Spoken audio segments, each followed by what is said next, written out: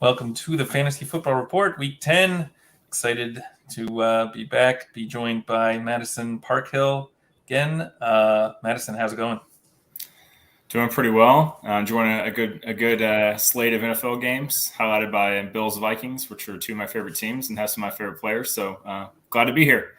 Yeah, absolutely. I mean, we can hop right in with this Vikings game. I mean, obviously you have the amazing catch by Justin Jefferson, but just the stat line he put up is pretty incredible too. I don't even know if I have a question, but we can just all sit back and appreciate the greatness of JJ. Right? Yeah. I mean, I guess the question about the team as a whole is kind of, how are they going to incorporate Hockenson now? What's that going to mean for the volume for the other receivers? And this was an overtime game, so I don't know how much it tells us. But, I mean, do you think this answered a lot of questions, or do you still have a lot? I think the Vikings generally still want to be a pass-first team. Very slightly. We've seen them be slightly above average in pass rate over expectation so far this year. But they're especially heavy on passing on first down, which when you have Justin Jefferson, that's probably a smart thing to do. And so far through 2 weeks, I was surprised how quickly Hockenson got up to speed, but he's been a pretty consistent underneath option. We've seen Cousins, especially when pressured, go to him.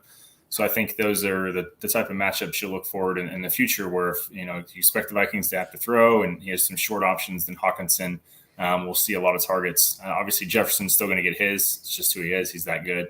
But at the cost of Thielen and maybe some of the tertiary options, I think Hockenson will be a pretty solid start every week type tight end in this offense. Yeah, I'm very much with you on that one. It was really frustrating to see Hockenson get almost no usage early on. And then it wasn't until the second half that they really unleash him. I mean, the thing that I think is really tilting me a little bit more and is really frustrating is really just sort of how much of a zero Adam Thielen really is on this offense, unless the defense truly leaves him just completely uncovered. Like, I think most of his yards today came on one broken play. 21 of his 49 yards came on one big broken play where the defense just did. It was like a short little pass to the flat, and like you would expect like the cornerback to just wrap him up, and it should be like 3 yards, and there was no one there, and he just sort of kept running, and that was how he got about 45%, 47% of his yards. Whereas Hawkinson's got the juice. I don't know. I mean, like, he looks like realistically you would want Hockenson to really be getting those looks and not Thielen, right?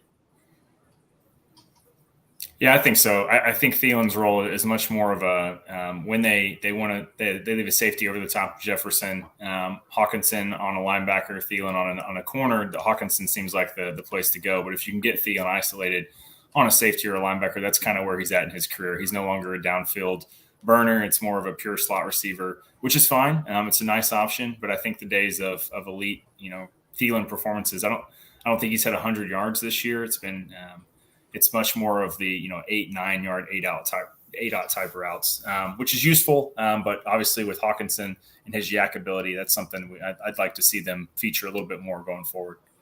Yeah, and I mean, realistically, like, Thielen never was like a deepish threat kind of guy, right? Like, he cooked the most just when they were able to get him lined up against linebackers, and just having him go up against guys who are slower than him, really, and he's able to just make these moves. Whereas Hawkinson's essentially, I mean, frankly, he is that version of Thielen. It's just frustrating they're not willing to give him that kind of shot. I mean, when you look at how much or what the Vikings sent for Hockenson, they truly think that there is a place for him in this offense. You know what I mean? Like, they truly believe that he can be that guy. And we've seen, I mean, lots of tight ends, move tight ends specifically in that role. Thielen was the one who was playing it when Diggs was there. They need Hockenson to step up. And it's just so weird that we're talking about all these like auxiliary guys, I guess, or complementary guys to Justin Jefferson. I mean, realistically, we should be talking about like how like such a God mode type of player from a dynasty perspective. Like, I think Blair and I are in agreement that it's like Jefferson, Chase, and then it's like everybody. Like it's like I don't know. Like it's not even like 1A, 1B. It's just whoever you can get, and then it's everybody else, right? Like. Yeah, I 100% agree on that. Those two guys, I'm lucky to have them on the same redraft team in a keeper league right now, and it's just it's incredible amounts of fun to look up and see those two guys on your roster every week. So, yeah, Jefferson, I think somebody said it best last week where he had like 6 for 90, and it was like, oh, what a quiet performance from Jefferson. It's like that 6 for 90, and we're just just another day. So today, even he goes for 190 yards, and it's the most this year, and it still seems like everybody's like, oh, really good game from Justin Jefferson. Feels like he left some yards out on the field. Like he should have. Yeah. Like he drew a couple of pass interference calls, I think, too. Yeah. Especially one on the final drive. There would have been another 20 yards or so. So I think there's some truth to that. He also had the greatest catch I think we've ever seen. Right? Like just given the situation, the ball positioning, the fact that he was able to snatch the ball away from the DB despite being in the air, like I don't think that there's ever going to be a catch. A lot of people saying OBJ's catch was better, and like that's just like nostalgia roasted like lenses bullshit, right? Like we saw Pickens do something very similar earlier this year, and then we saw Justin Jefferson do something with a higher degree of difficulty outside of like 2 different defenders on top of him. And the fact that he's able to adjust and make that play. I was actually preseason, the whole offseason, I was very much team JJ wide receiver 1 above Cooper Kupp. I'm still optimistic that thesis holds true. Madison, were you on that train with us? I was. I had a back and forth with a few folks on that whenever the ADP flipped over on Underdog. And my thing was, I just think Justin Jefferson's a better player. No offense to Cooper Kupp. He's incredible. He's great, especially versus zone coverage. I don't think there's anybody better. But Jefferson entering the peak of his career, Kupp at 29, I think. You had the Stafford questions with the arm. You had the offensive line questions. Stafford obviously has been fine, but the offensive line you've really seen hamper the overall offense. So I still think if Kupp's healthy, it is kind of a 1A, 1B situation. But the youth of Jefferson and the step forward of the Vikings offense is what I was taking Jefferson ahead of Kupp. I'd say at least a little bit of the time whenever the ADPs were Kupp first, then Jefferson, and then I just followed after that. So I'm slightly overweight Jefferson. But. Yeah. So just to mention health. Cooper Kupp actually has been removed from the game earlier, like a few minutes ago. He had his ankle rolled up on, and that was at the bench for the fourth quarter. I mean, given that this is the Cardinals are on their 3rd backup quarterback, and I think John Wolford is still out there. So nope. But John Wolford's still out there. So like I think they moved like Kupp's out. I mean, let's just start with. I don't want to get into this game just yet, but to make my point, like I was very much on Justin Jefferson ahead of Kupp at all costs, and then also Jamar Chase above Kupp at all costs. I drafted accordingly as well, so as a result, I'm very, very underweight Cooper Kupp. I just couldn't get him. You know what I mean? Like there was someone who was always willing to take him earlier. And so I was just unable to get a lot of Cooper Kupp. And again, like to your point, Cooper Kupp's incredible. And like, believe me, like at the start of the season, especially when he was going off, I was just so nervous. It's still not, like really like the best of processes. So I wouldn't recommend anybody copy me and do that ever again, because it's a very stupid idea to fade like that. But I will say that it was very difficult. And I mean, like what I found interesting this offseason with ADP was Dalvin Cook was also going fairly early. And today was really like, we saw a vintage Dalvin Cook, 14 carries, 119 yards, 1 touchdown, but he had that one touchdown was like an 81-yarder to the house. Madison, do you have it? Like what has kept Cook from delivering or repeating these kind of big performances on a weekly basis like we used to see from him last year? I really think it was more of a decline from him than anything had to do with the offense. Historically in the past, for all the advanced metrics showed the evasion rate, yards after contact, Dalvin was always among the best in the league, even when the Viking offensive line was average at run blocking at best. This year, we've kind of seen that fall off. He really hasn't been that guy. But today, at least with that run, as I told the buddy I was watching the game with, that's the fastest I've seen him look all year. I think Next Gen Stats had him at 21.7, which is also one of the fastest of the year. He ran away from all the Bills secondary, which includes some young, fast guys there. So I'm optimistic about Dalvin. He could have had some lingering injury issues. He's played through some stuff like that before where he's not really on the injury report or the shoulder injury lingers, and he doesn't always play well through pain. So I do think that if the Vikings offense is rolling down the stretch, his workload obviously still at that 70-75% snap share rate, he can be a solid RB1 for you for the rest of the year.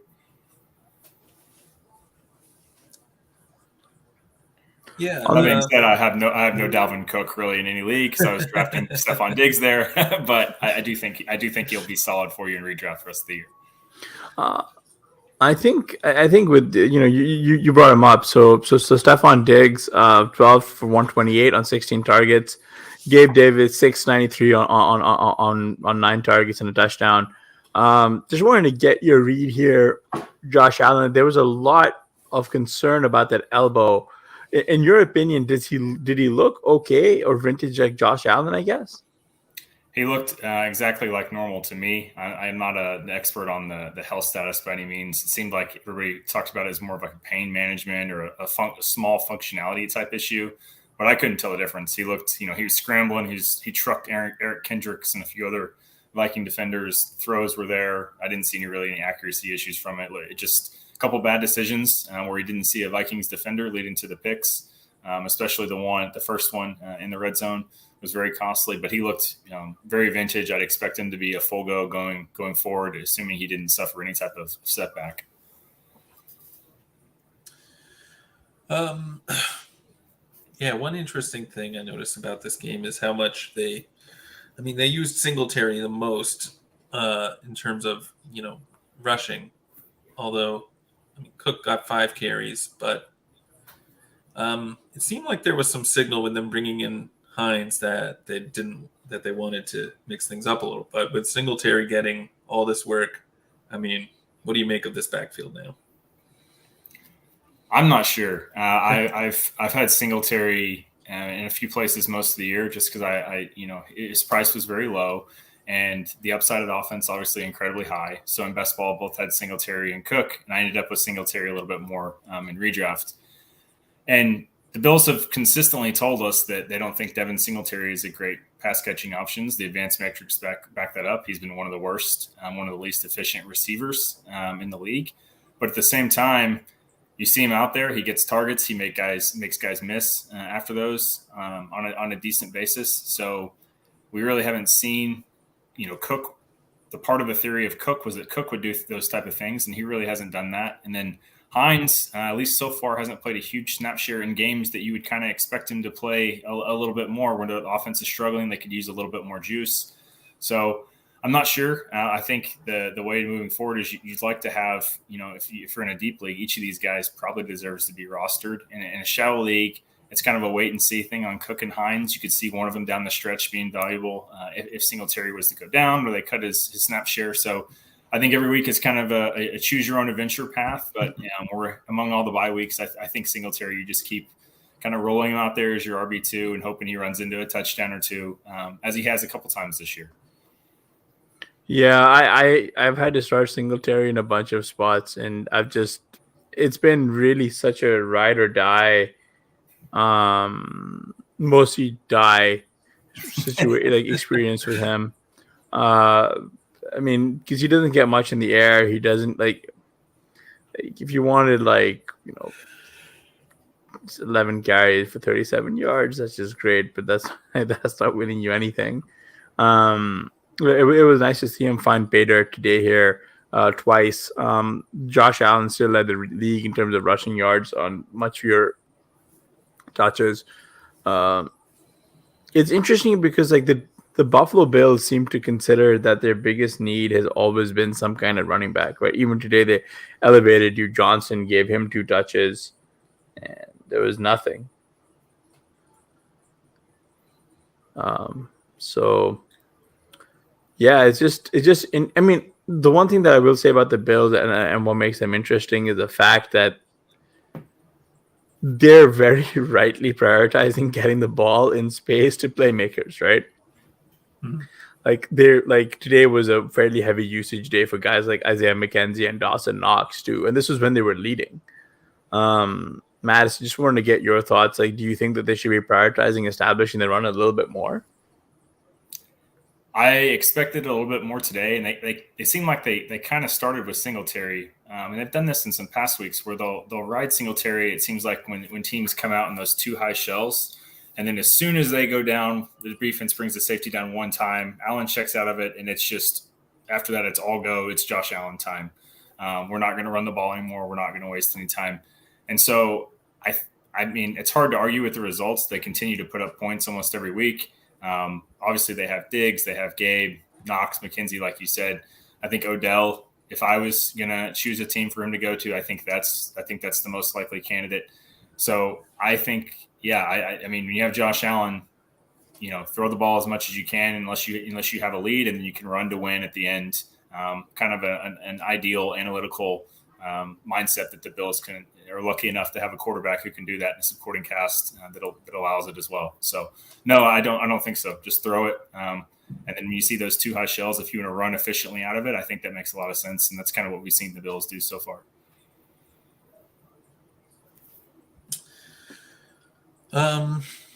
We did mention a little bit, and we were kind of talking before we started about Cooper Kupp leaving the game with what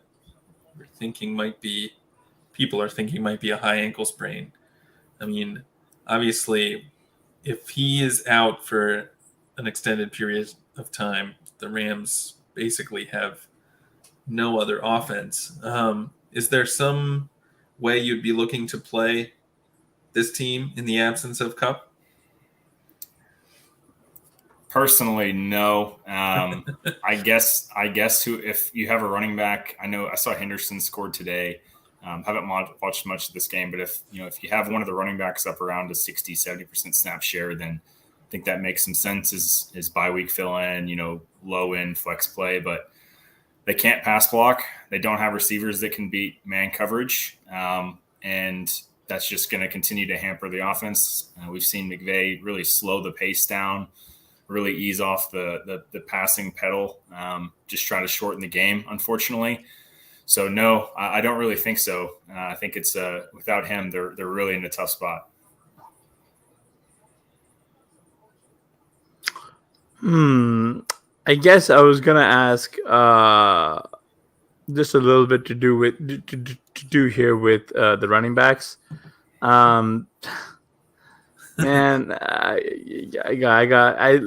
So the guy who was considered to be the great big hope, the one who I always like, if anyone's asked me about this guy, Kyron Williams, and I told you to stay clear, like you should have stayed clear. He's got 1 carry through for 9 yards. What are your thoughts on him at all? Or like, what were your thought on the hype at all? The hype machine. I started off the year, I was pretty intrigued in the pre-draft best ball with the James White type of profile in an offense that was going to need to throw the ball, I think, shorter, more in my opinion, with the pass blocking concerns. Then we saw the 40 time come out. He ran 4.7 whatever, and that's just the threshold that is really hard to play running back in the NFL. So now, given the state of Akers and Henderson either being especially efficient this year, I do think Kyron might add a little something to the offense and pass catching ability, but the number of touches is so low in an offense that's not going to score very many points. I just don't see him being fantasy relevant down the stretch. You could have some games like today where maybe he gets 3 or 4 carries and gets 3 or 4 catches, and you're looking at 7 or 8 points, but almost no chance of a touchdown every week. So I just don't think he's fantasy relevant down the stretch. Yeah, the guy who is suddenly very, very fantasy relevant is Tyler Higbee, though, right? Like he's got all 8 of his targets for 73 yards and no scores. Well, we might need to talk about this guy next. Just as a reminder, we do record these when the late games are still happening. Christian Watson caught four of his 8 targets. I apologize, for 107 yards and 3 touchdowns. Didn't see this one coming. No.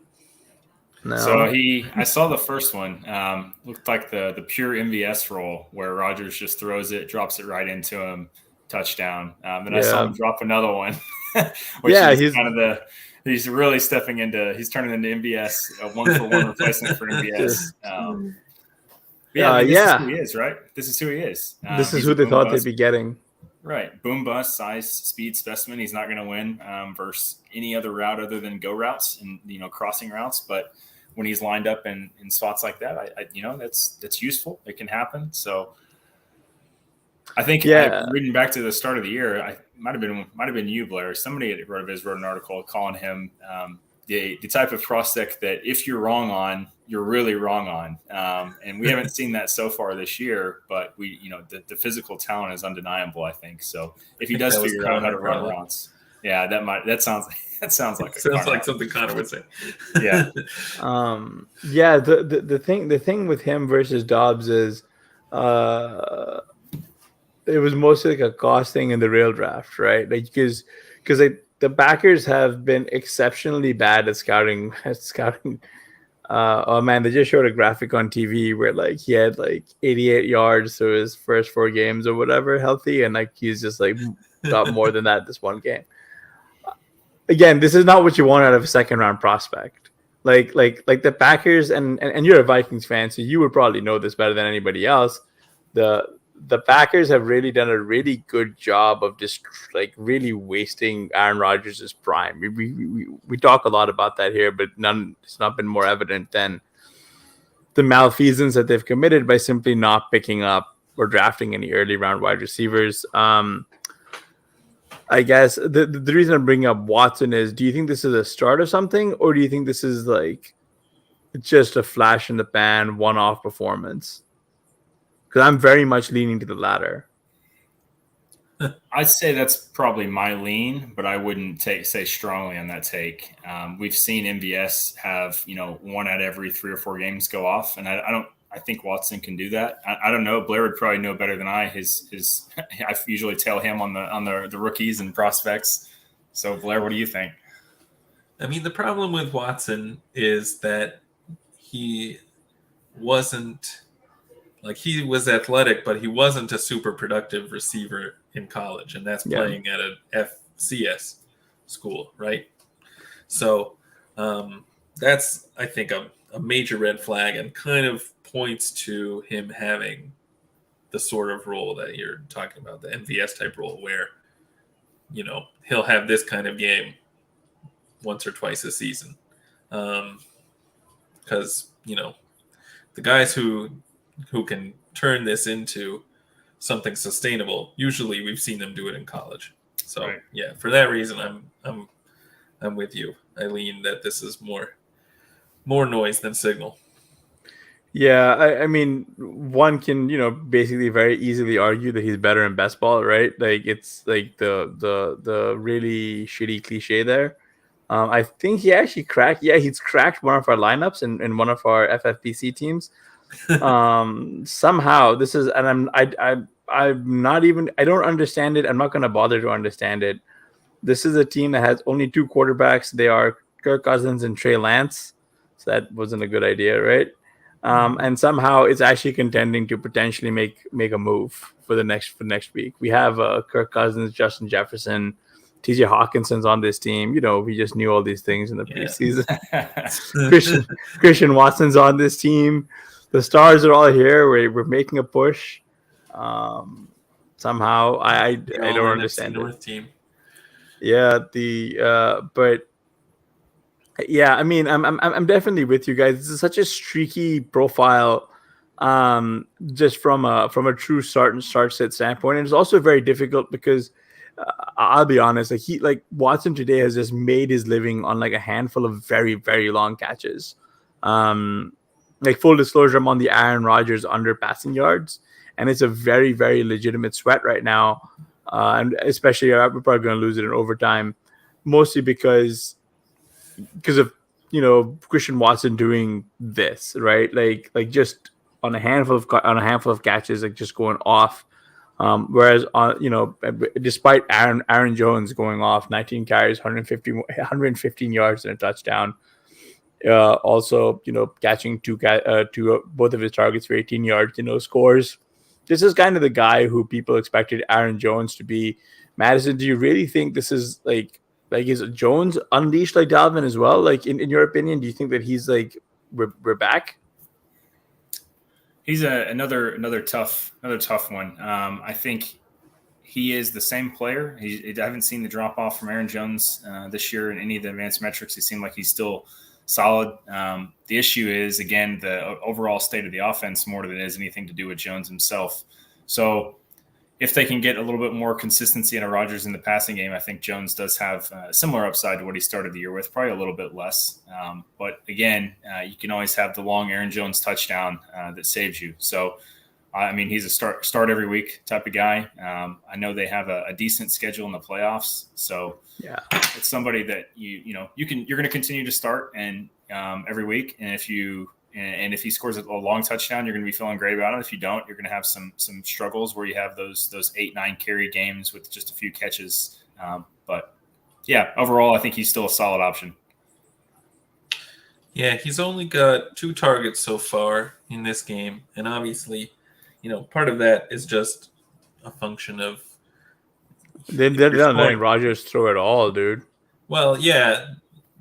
That's true. I mean, they are running a lot, but also when you're scoring on these quick, long touchdowns to Christian Watson, you don't have to throw as much.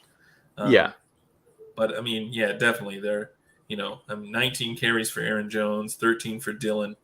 So, yeah, they're kind of dialing up the run game in this one. But, I mean, are you surprised that they're not throwing the ball to Jones more? Someone we've seen look pretty explosive in the passing game in the past. And, I mean, this is a team that needs any warm body who can catch the ball would be helpful.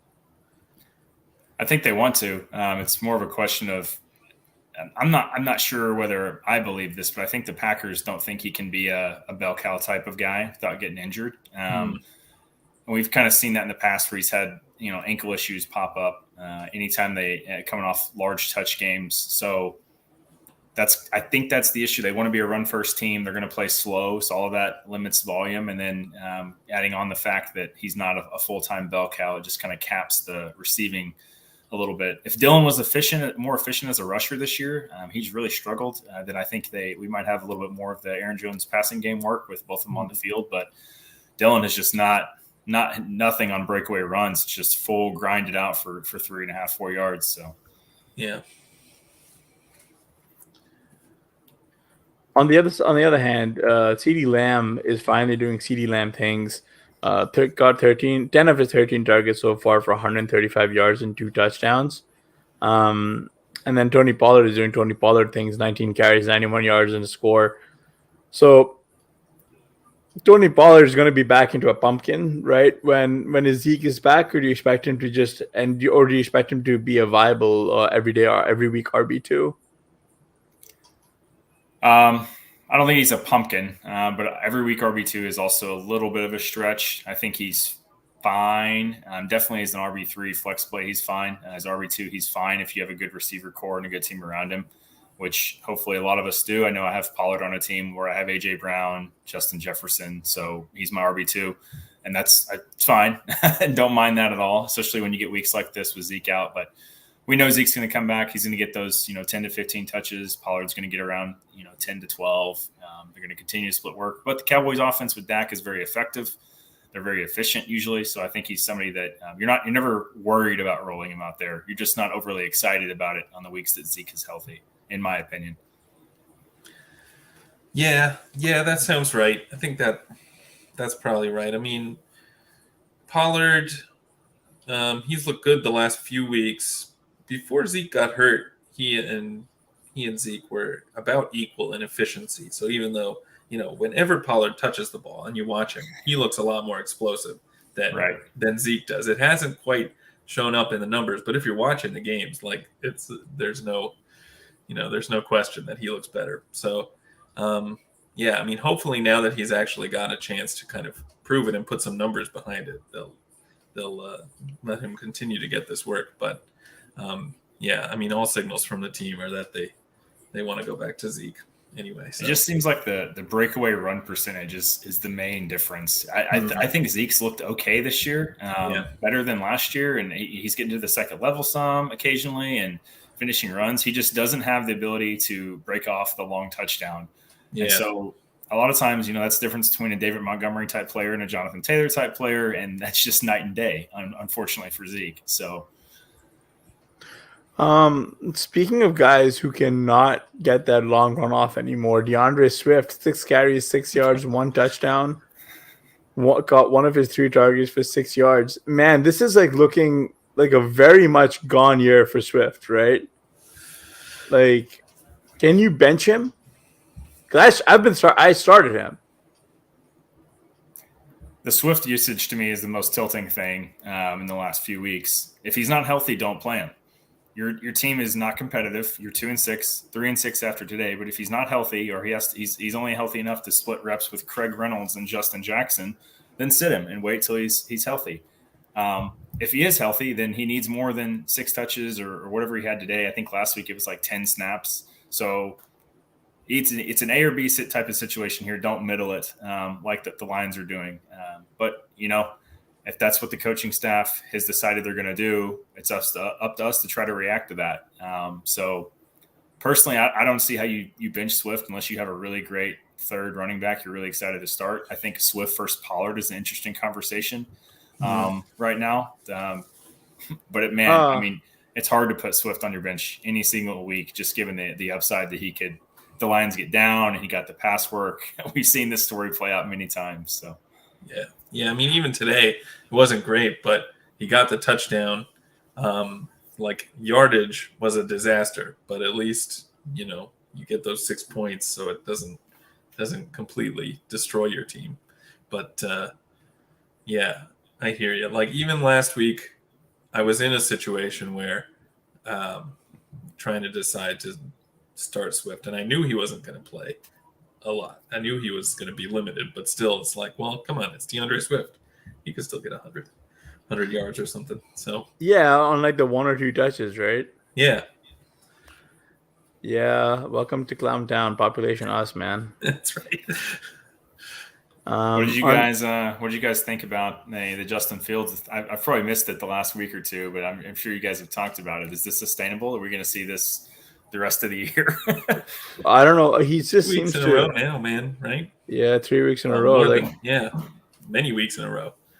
I'm very broke actually. I've been fading the Justin Fields chalk in DFS, and I was right there with you today, unfortunately.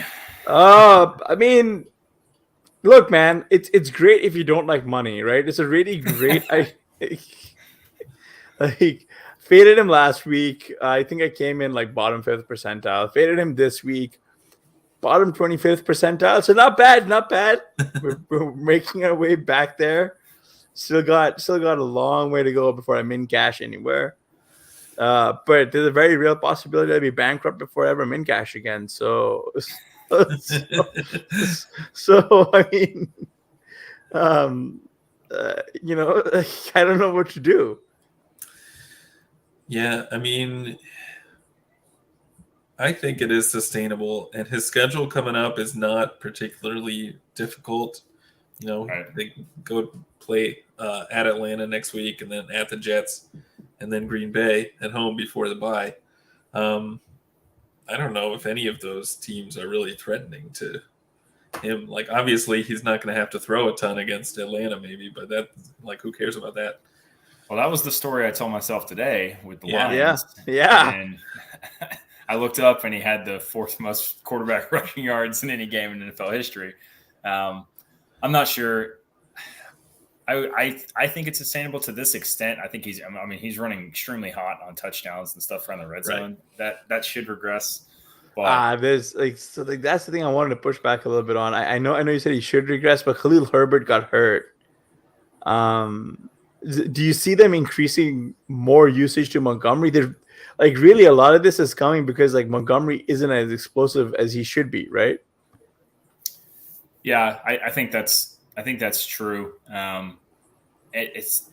I'm not sure with Montgomery. I expect he'd probably see a little bit more of a snap share increase, but if I recall correctly, it was kind of 2-1 last week, and then similar type of start for today. I'm not sure what point Herbert got hurt, but so Montgomery probably takes a little bit more, and then they have a backup, fill in the last 20%, 25% or so. But as far as Fields, it's almost seems like it's the matchup. I don't want to say the matchup doesn't matter, but the way he plays is even if you get pressure on him, that's kind of inviting these long runs. He'll take a lot of sacks. Like I think the Lions had 3 or 4 today still, but then he busts off a 60-yard touchdown run. And so for fantasy, we don't care about the sack.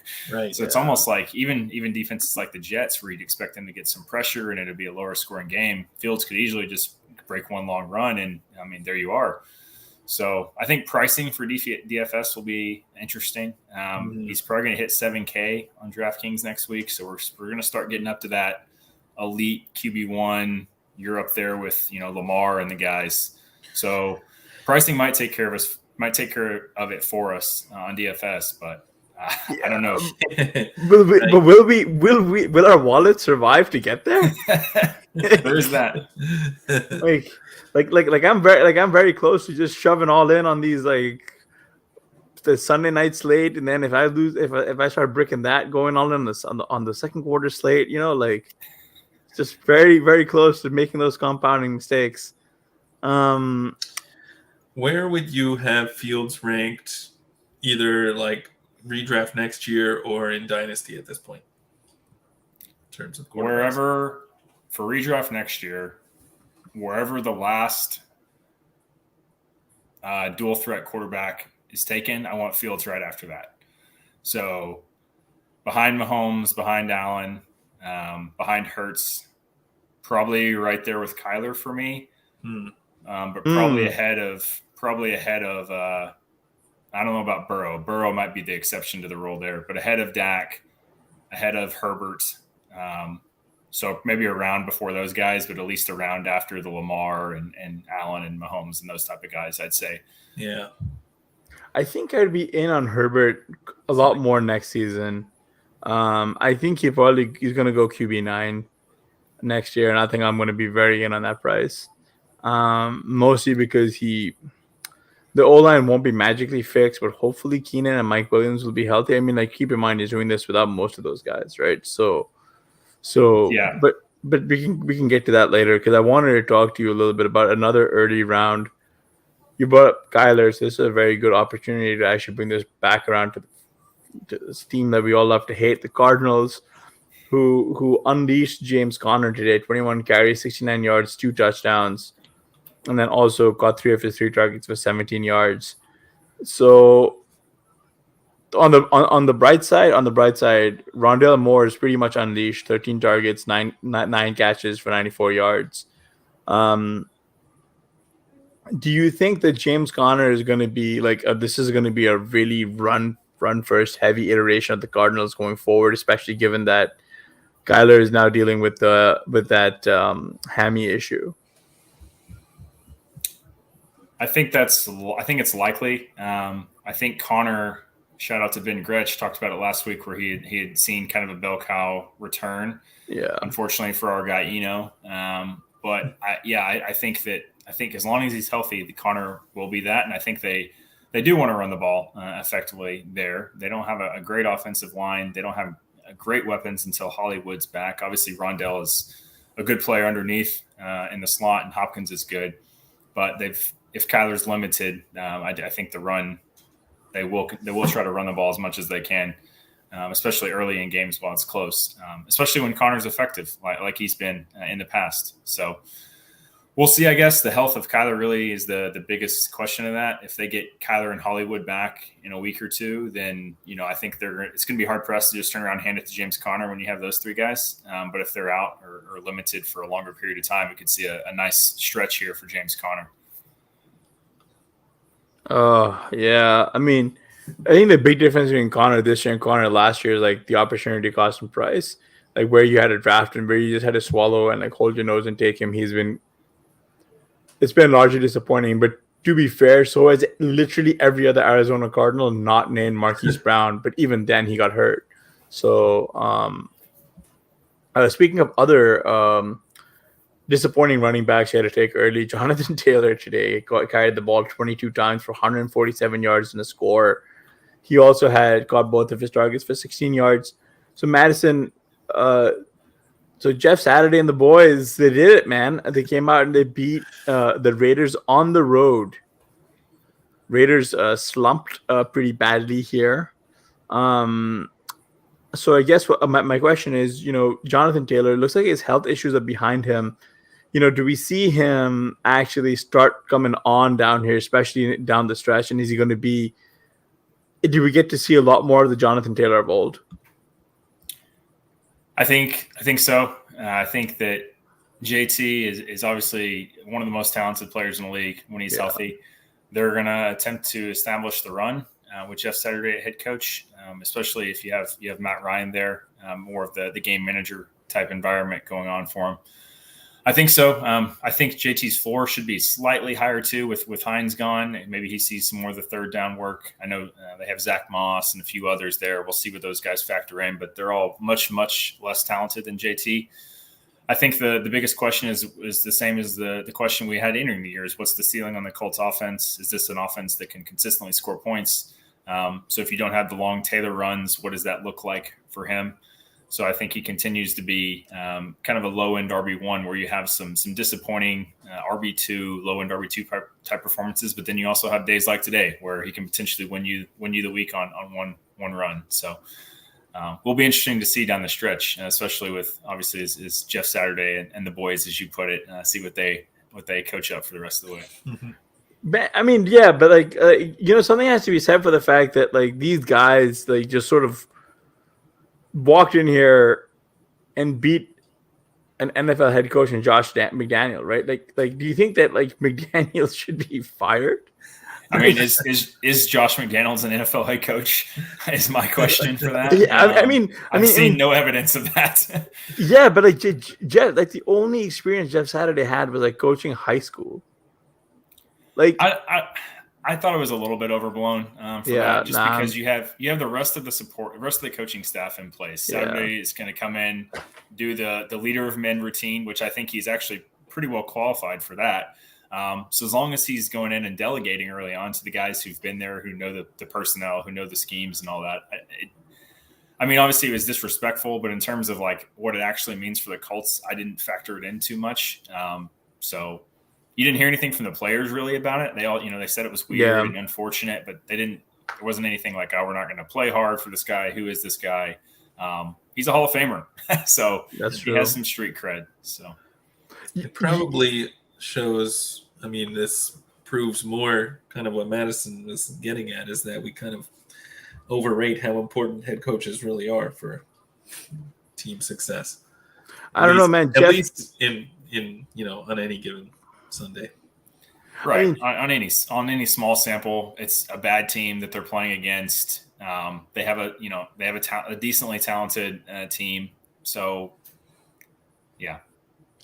I don't know, man. Like, I think one of my like Jeff Saturday coaxed a 39-yard rush out of Matt Ryan, man. Like, if this is what they mean by establishing the run, I'm all for it. I didn't know Matt Ryan could run that far, to be honest with you. I didn't think he could. This might be his career-long run. He just needed a few weeks off for his body to reset. Right. On the other side of the ball for the Raiders, like Josh Jacobs continues to just get fed in the passing game. Caught 6 of his 8 targets for 28 yards, 21 carries, 78 yards, and a score. Man, this is like a guy who I actually wish I had a lot more of late in the season because of where he was going. It was just so gross to really click the aim, and it was like part of it was just buying in. You had to pass on a bunch of quarterbacks and a bunch of high upside wide receivers. Do you have a lot of Josh Jacobs? Easily my biggest miss of the year. Easily. And it's frustrating because it was, I think, somewhat predictable. It was Leonard, very similar to Leonard Fournette from the year before, where we saw him do the pass down role. And then we told ourselves a story about how he couldn't really do that and wasn't that efficient. And then the preseason game came and they were like, oh my God, Josh Jacobs is out there. And Zamir White. Yeah. The ADP just plummeted. And that's the point where it should have been for me. It's like, this bet is free. He is now a 0 RB candidate that is starting. And I didn't do that. Granted, it's because I was mostly hammering Ramondre Stevenson there, so it's worked out okay. Yeah. But it's frustrating. I turned down a Josh Jacobs for Elijah Moore trade on a 0 RB team to start the year for each of the first 4 weeks.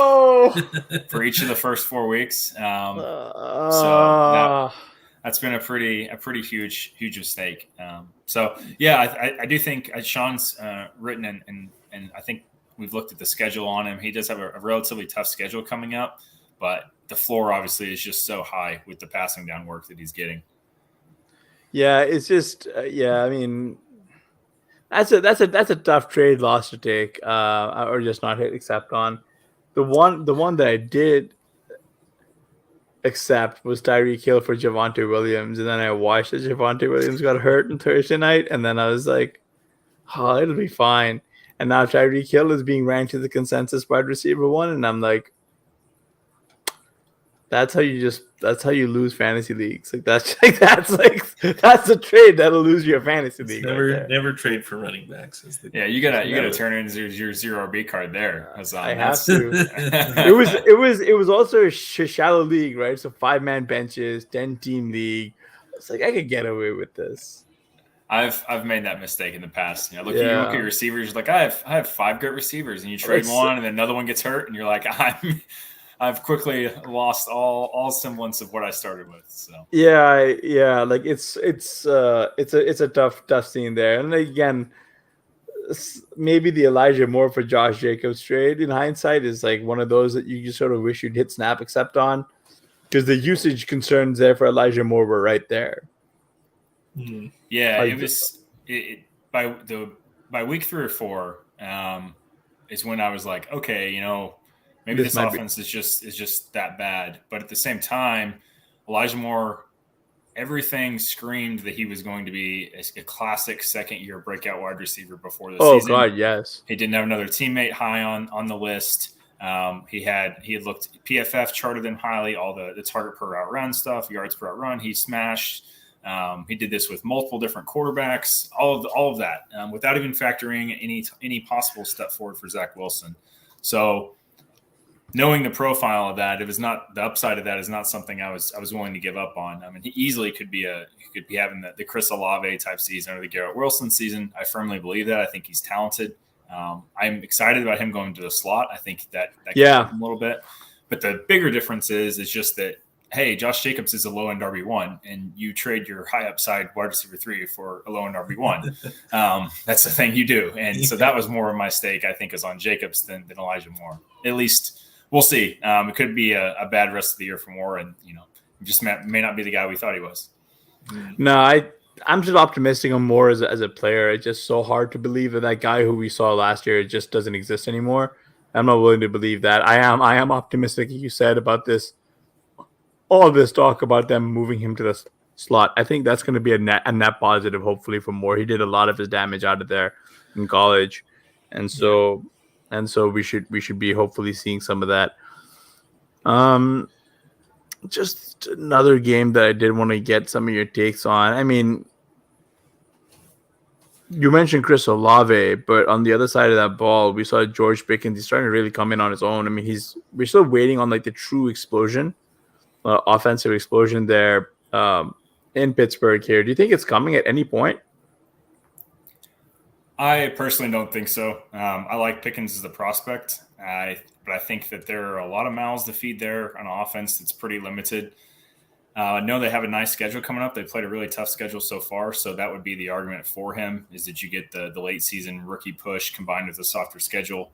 But Deontay is going to command inefficient targets, but he is going to command some targets.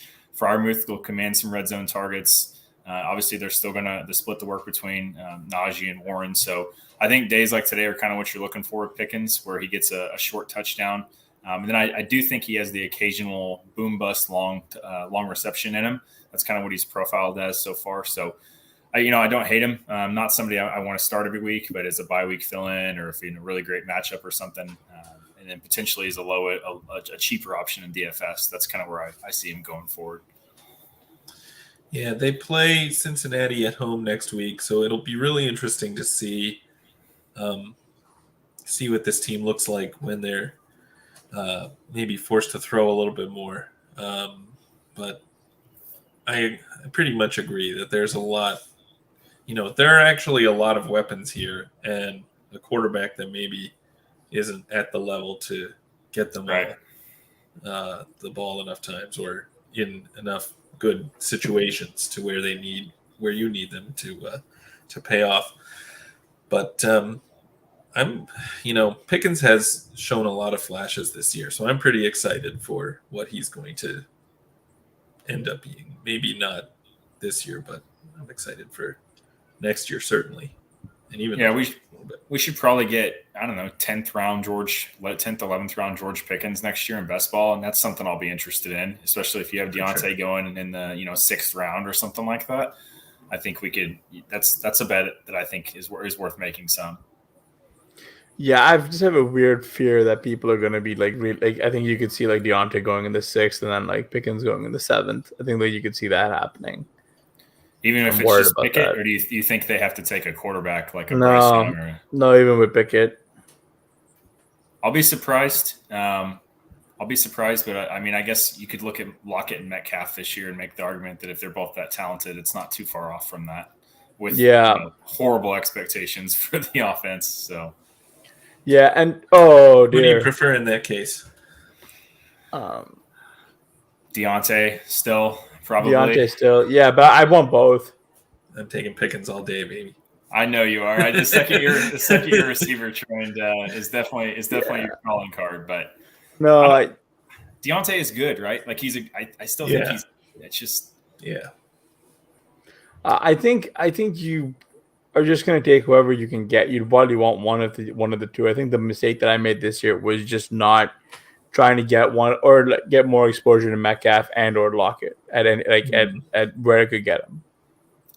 Lockett was wild to me. I didn't have any expectations for Geno being anything like this, but we've seen Lockett elevate some bad quarterbacks before. He was fine down the stretch with Geno last year. Same with Metcalf. So he's going at pick 100, and he's one of the most efficient receivers in the league. That just seemed like crazy to me.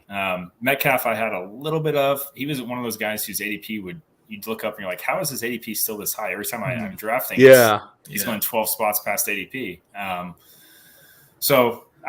Both have been solid this year, but Lockett was really one to me that just didn't make any sense. Sky Moore or Tyler Lockett, what are we doing here? Right. Yeah, this was that was like in hindsight such an easy layup decision to make, right? Question for you guys, related to receivers and quarterback plays. So Jacksonville, I continue to be bullish on Trevor Lawrence as a passer. His EPA has been and CPOE has been pretty high this year. He's struggled in the red zone, obviously, but we've seen him put together some really solid performances lately. I think it's mostly has to do with the weapons he has. He has an easy schedule now, a tough one in the playoffs. What do you guys think about him for the rest of this year? Yeah. Good question. I think I'm fairly bullish on Lawrence too. I still think his weapons are going to limit him quite a bit. When the best receiver you're throwing to is Christian Kirk, and there's not a ton else. And I like Christian Kirk, but obviously you want some more explosive options in that offense. They got him coming next year, though. Yeah. That's the hope. That's the hope. I have seen a lot of first round wide receivers mocked to Jacksonville, so we'll see. But their schedule, they play a bye in week 11, but then Baltimore and Detroit in back-to-back weeks, and those are both games where you could easily see pretty high scores put up. So yeah, and Lawrence has been showing off his wheels. He also has that ability like to get those I'm heavily invested in ETN, so it's very frustrating, but he does have that ability to vulture touchdowns at the end. So I think this is going to be a very nice stretch for Trevor Lawrence. Also, the Dallas Green Bay game just ended with Green Bay pulling out a vintage, insanely lucky dub at the end. Wow. Just a ridiculously lucky win. At one point, like Dallas's win probability was 96%. Whew. Like all timer. But I did want to get your thoughts, Madison, on what are you hoping to see from tonight's game, which is the Chargers and the Niners, and then also tomorrow night's game, the Commanders and the Eagles. Yeah, tonight, the usage between Kittle, Debo, Ayuk, and McCaffrey, and the play calling for the 49ers. I think and we've seen them tick up a little bit in pass rate over expectation since they've had McCaffrey. I think that sticks. I think that they know they have arguably the best set of playmakers in the NFL, and they want to get them in space, and that slamming Christian McCaffrey into the line of scrimmage is not the best use of the resources. So I'll watch tonight to see if that's the way they operate, if they really try to shift to just a full short passing game with a bunch of yak, more so than they have in the past where they've still been run first on the 49ers side. On the Chargers side, I don't know. It's been so frustrating. Look up and see Josh Palmer and Gerald Everett and those guys is the DeAndre Carter. DeAndre Carter. Gerald Everett was my most owned tight end in best ball, so it's been good from that standpoint. But I had a nearly full Chargers fade going on. So Austin Eckler has been frustrating to not have. So I guess mostly for tonight, just to see how Herbert continues to look. If Eckler continues to get the goal line stuff, that's the one thing we really haven't seen from him so far. Is all his touchdowns have come from a little bit further out. So if we do see him come in tonight and get a couple carries from inside the 5, then it's wheels up overall RB1 season for Eckler rest of the way, I think.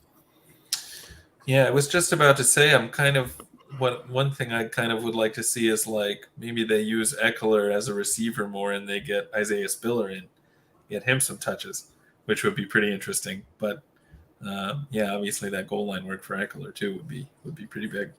Isaiah Spiller going the Rashad Penny route of the guy you must have in the best ball playoffs after dust balling for the first 8 weeks would be a fun storyline. The zero RB haters would never recover after that one. That would end them. It would. I will say what is interesting is the fact that we're going to see RB1 like potentially the RB1 versus the RB1 tonight in Eckler versus CMC, right? Like. And it's a game where probably, with Allen and Williams both out, you see both these teams relying on the running backs. I think the Niners are not going to rely on CMC as heavily because Debo is back. Yeah. Right? That's definitely one pathway. It could bounce back week to week too. Yeah. Based on matchup and whatnot. But, you look up the 49ers, it's just so hard to defend them right now. I don't know how Shanahan, all the shifts and motion that Shanahan throws out there too. It's just, Ayuk's going to get one-on-one, deep targets. Kittle's going to be isolated on the linebackers and safeties. If you try to put somebody else on Kittle, then you're going to probably have McCaffrey on a linebacker. It's just so difficult. It should be fun. Tonight, and I'm just hoping that the Chargers' offense is there for it, right? I need kind of a miracle game out of like CMC to win like a matchup. I need him to get like 21 points, so a little tricky there. From tomorrow night, I'm just happy to see AJ Brown play football again. I've got nothing. Like there's just nothing like the last time these two teams squared off was in Washington, and that ended 24-8. It was over at the half. Like Philadelphia had scored 20, like all 24 of those points they scored in the second quarter, and that was it. Remember, I don't know if you guys remember that. Yeah, no. I've kind of shoved the any Commander football game out from memory as much as possible. Yeah, like it was when like the Eagles just went like ham. They just like dropped like a ton of points to them, and then they sat their entire offense in the second half. Yeah, that's probably what I'm looking for the most is some game where the Eagles are pushed. We really have not seen them get pushed yet, and when they take their foot off the gas in the second half because they've been able to. Yeah. What I don't know when it's coming. Their schedule's super easy. I guess it's maybe Dallas, maybe the next one where they really have to. But whatever game that is, it should be fun.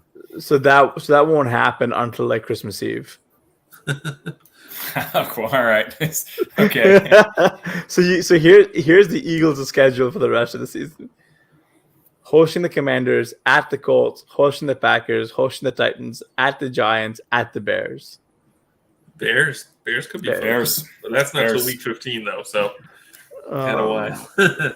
Man, who would have thought? Is that Eagles Bears is a stack we need? And first round of the playoffs then for most leagues, I guess, is Bears Eagles. That's actually pretty intriguing. Yeah, that's a tough, and this all is contingent on Justin Fields not turning back into a pumpkin, right? Yeah. Like there's a lot of heart and throat like feelings here. It is frustrating because I've got a lot of like Eagles double stacks and just a lot of pieces of the Eagles offense across every team. And knowing that there's like yet another gear that they could have been on is frustrating, and I won't get to see it. We won't get to see or at least appreciate it because a lot of these teams are not going to be able to push them that hard. Yeah. Well, I mean, Washington has put up some points in a few games, haven't they? Maybe we'll see. Maybe we'll see some fireworks tomorrow. I'm optimistic because Jahan Dotson's back. Right. And he's kind of like gonna hopefully open up the underside of this offense. Right. So yeah, could be a good game. All right. Anything else we need to touch on before we call it a night? No. Big stories I'm forgetting. Big injuries. I don't remember. Not from today. Mostly just Jefferson was going to hurt his hamstring on a celebration. Did you see that? He did. He did get me with that. Yeah, I had to quickly check Twitter, and then I saw all the gifs of Jamar Chase doing the fake hammy pull. And I was like, the fake yeah. There we go. Yeah. All right. Well, if you're not already, then please subscribe to our YouTube channel. Leave a rating and review on the podcast channel. Special thanks to our guest, Madison Parkhill. You can find him on Twitter at Madison Parkhill. I have that right? You got it right. There you go. Perfect. All right. He's a very sharp follow. Please go and follow him. Very, very sharp tweeter. Definitely. Yeah, absolutely. Give him a follow. Till next time, we'll talk at you later.